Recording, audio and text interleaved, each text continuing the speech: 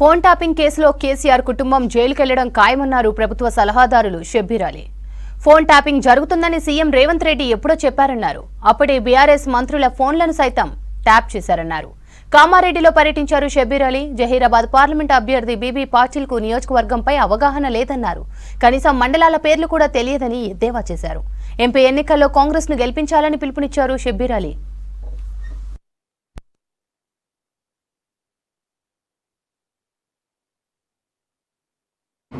నేను leader of the opposition నాది విన్నారు, నేను నా పెళ్ళం మాట్లాడుకున్నది కూడా విన్నారు. మేము వాళ్ళకేమో రాస్తున్నది, మేము భార్యాభర్తలు మాట్లాడాలి. మేమే కాదు, కొంత మంత్రులు భార్యాభర్తలు మాట్లాడింది కూడా టైప్ చేసుకున్నారు. వాళ్ళ మంత్రులే కేసీఆర్ చుట్టాలు మాట్లాడుకున్న ఆడల మాటలు కూడా రికార్డ్ చేసుకున్నారు.